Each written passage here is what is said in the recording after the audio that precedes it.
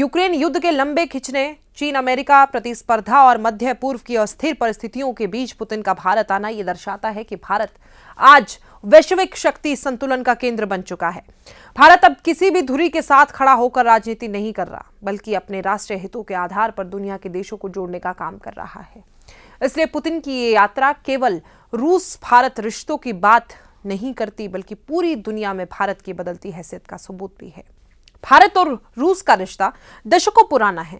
यह रिश्ता भावनात्मक नहीं, रणनीतिक भी है। आज जब रूस कई देशों के प्रतिबंधों और आर्थिक दबावों का सामना कर रहा है, तब भारत उसका सबसे बड़ा ऊर्जा साझेदार बन चुका है।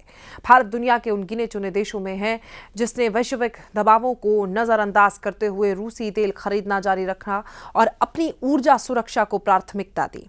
इसी कारण रूस के लिए भी भारत अब केवल एक मित्र राष्ट्र नहीं, बल्कि आर्थिक दृष्टि से जीवन रेखा बन चुका है। पुतिन की इस यात्रा से दुनिया को यही संदेश जाता है कि भारत और रूस का सहयोग परिस्थितियों से नहीं, बल्कि एक दूसरे की जरूरतों और भरोसे पर आधारित है। इस दौरे का सबसे बड़ा संदेश है कि भारत दुनिया को यह दिखा रहा है कि उसकी विदेश नीति स्वतंत्र, संतुलित है। भारत ना तो अमेरिका के दबाव में आता है और न ही चीन और रूस के प्रभाव में। भारत की यही रणनीतिक स्वायत्तता उसकी सबसे बड़ी ताकत बन चुकी है। पुतिन का भारत आना इस बात की औपचारिक पुष्टि है कि भारत आज सुनने वाला देश नहीं, बल्कि निर्णय लेने वाला देश है। वो किसी का मोहरा नहीं, बल्कि वैश्विक समीकरणों का निर्माता बन रहा है। दुनिया इसे एक सशक्त संकेत के रूप में देखेगी कि भारत अब एक प्रमुख वैश्विक शक्ति है। आर्थिक दृष्टि से देखें तो भारत को इस यात्रा से अपार लाभ मिलने वाला है।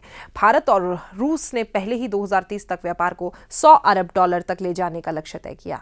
रूस भारत के लिए सस्ता तेल, गैस, उर्वरक और खनिजों का एक बड़ा स्रोत है, जबकि भारत रूस को अपनी दवाइयां, कृषि उत्पाद, तकनीक और मशीनरी निर्यात करने की क्षमता रखता है। पुतिन के इस दौरे में दोनों देशों के बीच ऊर्जा, फार्मा, रक्षा निर्माण, स्पेस टेक्नोलॉजी, डिजिटल इनोवेशन और रेलवे सेक्टर में महत्वपूर्ण समझौतों की संभावना है। इससे भारत में निवेश बढ़ेगा, रोजगार बढ़ेंगे और भारतीय उद्योगों को नए बाजार मिलेंगे। अगर रक्षा क्षेत्र की बात करें तो भारत रूस सहयोग दुनिया भर में सबसे मजबूत माना जाता है। भारत जो S-400 एयर डिफेंस सिस्टम खरीद रहा है, वो किसी भी हमले को रोकने की ताकत रखता है। ब्रह्मोस मिसाइल दुनिया की सबसे तेज सुपरसोनिक क्रूज मिसाइल है, जिसे भारत और रूस के साथ मिलकर बना रहे हैं। अब अगला कदम ब्रह्मोस 2 आधुनिक फाइटर जेट, भविष्य में पनडुब्बियां और रक्षा तकनीक में संयुक्त उत्पादन हो सकता है।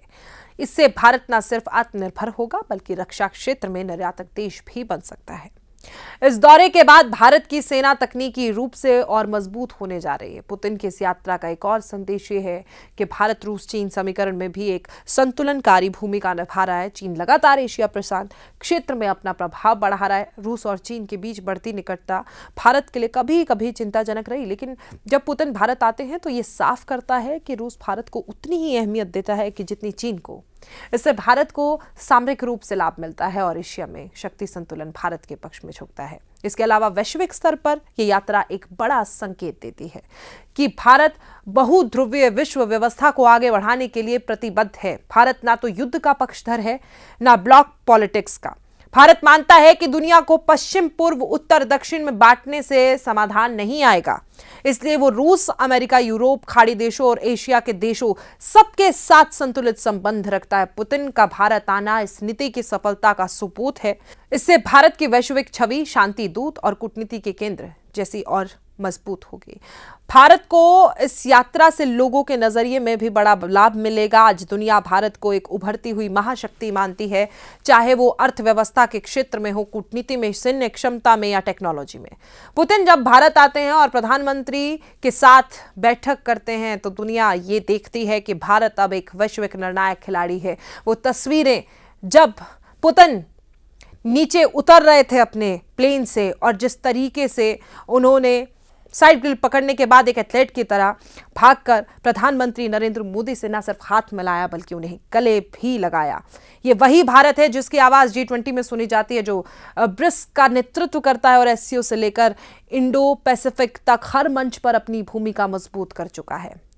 अंत में बस यही कहूंगी कि पुतिन का भारत दौरा एक साधारण यात्रा नहीं बल्कि विश्व कूटनीति में एक बहुत बड़ा संकेत है। ये बताता है कि भारत अब सिर्फ एक देश नहीं बल्कि एक शक्ति बन चुका है, ऐसी शक्ति जो वैश्विक राजनीतिक सुरक्षा और अर्थव्यवस्था को प्रभावित कर सकती है।